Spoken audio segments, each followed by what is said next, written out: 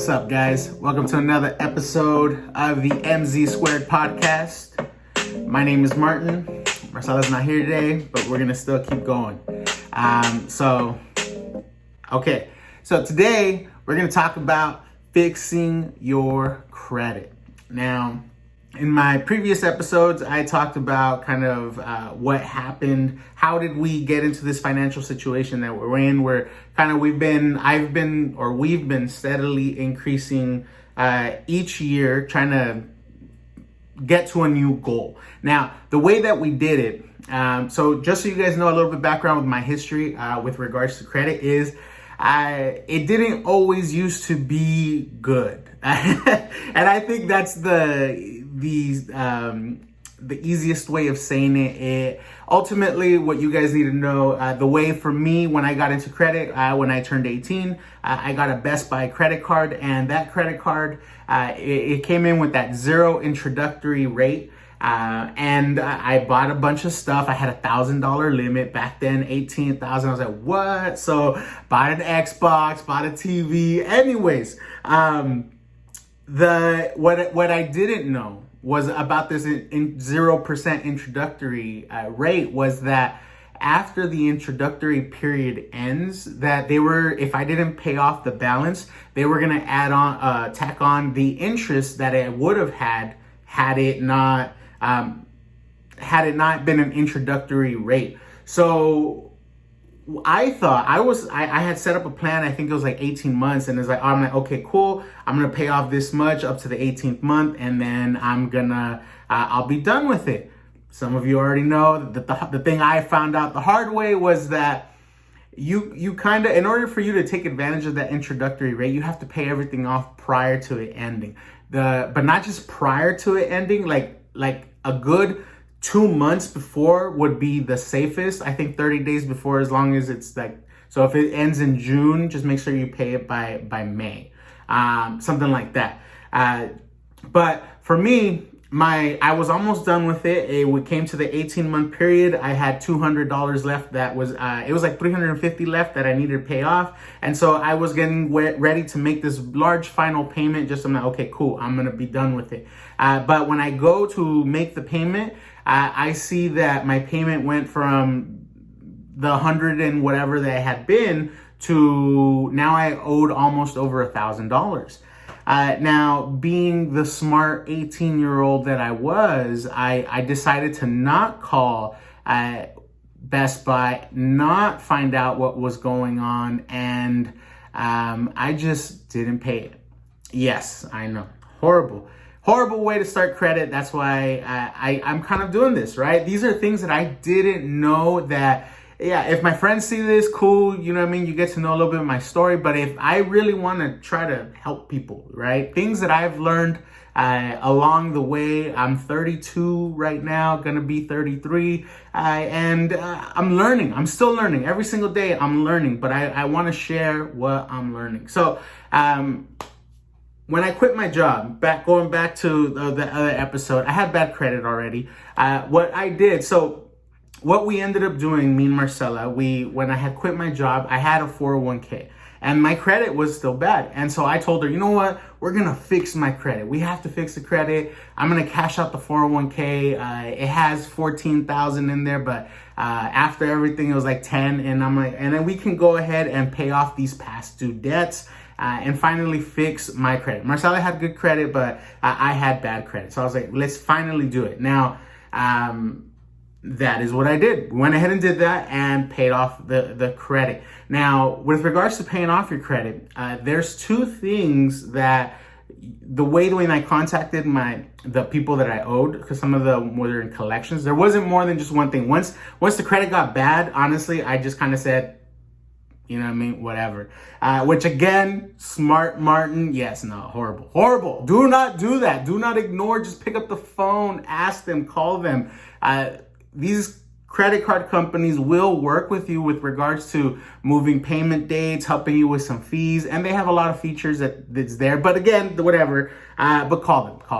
But when I call these credit card, when I called the collections people that I had on my credit, what I read online was that you got to make sure that you pay off the amount. Even though it's past due, everything that's there, you can't settle, right? Because that's the other option where you tell them, hey, so I know I owe 1,000, but can we call it at 600? You know what I mean? Where you negotiate. Because for them on the back end, I don't know if you guys know how collections companies work, is they buy the debt from whatever company. So say Best Buy, I actually wasn't dealing with Best Buy anymore. I was dealing with a collection company that had bought my credit card debt from Best Buy, because so they buy it at a cheaper rate. Best Buy kind of calls it as a loss.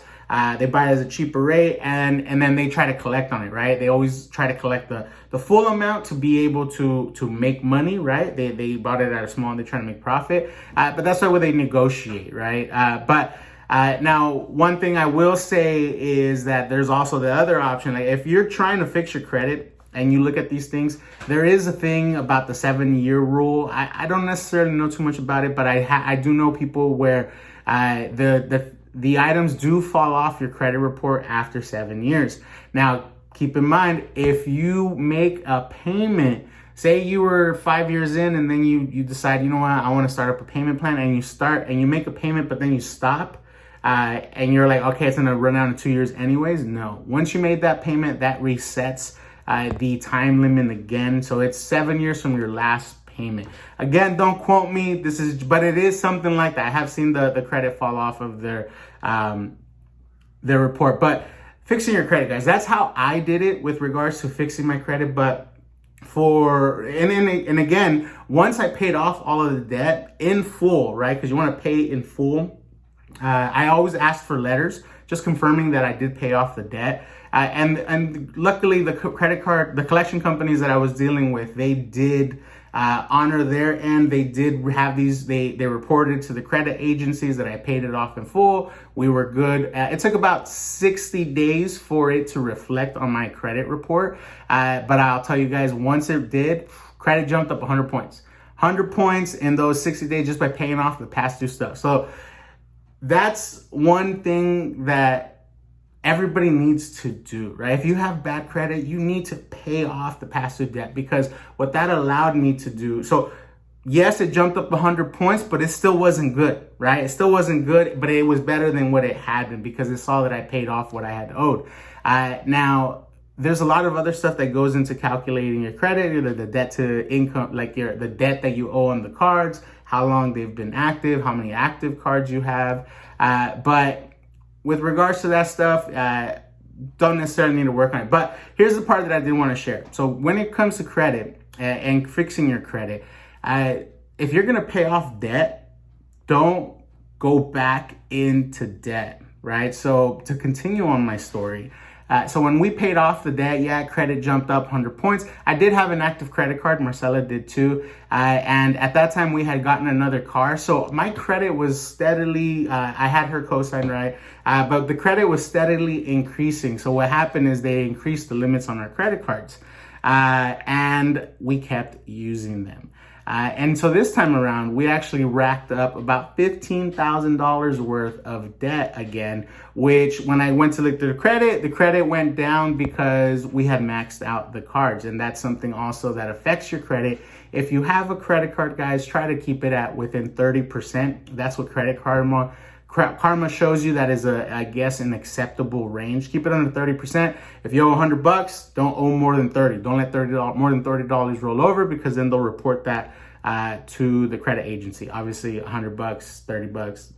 It's more going to be like 1,000, 300. Don't let it roll over. Either way, guys, you want to pay off your credit. Interest rates on those are crazy, and that's ultimately what triggered me to do the next thing to help me, which was we had to consolidate all of our debt. When me and Marcella finally added everything up, we looked at it. I did some charts. I did the interest rates on each of the credit cards, and I saw how much we were paying towards our principal and how much we were actually paying towards the actual interest. So all in all, between my credit card and her credit card, each owing about $6,500, we would make a $250 payment on each card. But of the $250, it was like $150 was going towards interest and $100 was going towards the principal. And at that time, honestly, too, sometimes we were running a little paycheck to paycheck. So we would also use the card and it would keep continuously getting to that max. So the straw that broke the camel's back, yes, that's how you say it, I was really when I saw how much we were actually contributing to our principal versus how much it was towards the interest. And that was when I told her, I'm like, we are never gonna finish this if we're just doing these by 200 at a time, 6,000. Like, it's gonna be years that we're gonna be doing this. So at that point, I did reach out to, I talked to Marcela, we reached out to her dad, and we borrowed the money. We borrowed the interest-free, able to pay off everything, and then we started an aggressive payment plan to pay him back, because I wanted to make sure I paid back within a year. That was the plan, and we were able to meet that goal. But that's my story, right? That's how we were able to get there. Now, you might be sitting there and thinking, you know what, well, Martin, good for you. Your dad had, your wife's dad had money to help you out. But if I had options, I had something else lined up as well. We were considering a loan from the bank, because the loan that we were getting pre-qualified for at the credit union was a lower interest rate than between the two credit cards combined. So the loan was going to be like a 7-8% loan, and the credit cards were at 20 something each. So it was a no-brainer, right? We consolidate to there. But the other option also is if you still have bad credit and you're trying to fix credit, so obviously you can't take out any loans, the next best way would be to do the snowball, where you find the one with the highest, or the smallest limit one. You find the one with the smallest limit and you start paying those off. That's one way that Dave Ramsey talks about the snowball. It's more of a mental thing. You pay one off, and you get to the next one, and you get to the next one. The other option as well is seeing which one has the higher interest, and you always knock out the one with the highest interest, because that's really the one that keeps digging that hole. But ultimately, guys, fixing your credit is huge. Very important. I do use Credit Karma. It is one. It's something that the app that they have now is very useful. It does give you a very good breakdown of everything that you need to do, but don't avoid it. A lot of people I know avoid looking at their credit because they feel that it's too far out that they can't do it, or they're too deep in the hole that there's really no even point in trying. But I would say it's not going to go away just by ignoring it. Simple as that. And life would be so much easier if you had good credit. Now, I know a lot of people out there like, well, just have cash. Okay, not everybody has cash. Not everybody has the money available. Just pay. No, you need to have credit. You need to have credit available. This is the economy that we live in, and good credit affects a lot of the decisions that you guys made, and that we make. And it affects also your money, because if you have bad credit, you're gonna get higher interest rates. You're gonna pay more for something than what somebody who has good credit would pay for. And it's all because of the credit represents you. How are you as a person? Are you a person that's reliable and trustworthy? Usually, if you have higher credit, you are. And that's how they distinguish that, right? That's why it's credit. But anyways, what did I learn from all this? Control your debt. There's good debt, there's bad debt. Credit cards, bad debt for sure. Buying a house, it depends who you're talking to, really. Because some people can think of a house as, oh my God, like that's, that's awesome. I bought my first house. But now you're essentially working for the bank, because now you're paying. The bank owns the houses. If you really think about it, all the houses out there, as long as they're not paid and you owe a mortgage, the banks owe the houses. So you're paying the bank. You're paying the taxes, the tax guy, if you don't work for yourself. And you're paying your employer, because you're giving them your time, but they're giving you money, But when do you start working for yourself? That's really what those people will tell you. And I don't know those people, right? That's not me. I don't know. If it takes money out of your pocket, it's a liability. If it puts money on your pocket, it's an asset. But again, that's for a whole nother video. I wasn't here talking about that. I'm more talking about fixing your credit. If you guys do have any questions, or if you need help, really, like, honestly, I don't mind. I really, again, like I said, I want this to be, I just want to start the conversation, right? Have the conversation with yourself. If you need help, ask for help. It's out there. Just ask. But anyways, I'll see you guys in the next one. Where's my outro music? There it is. All right, guys. You have a good day. We'll see you next time.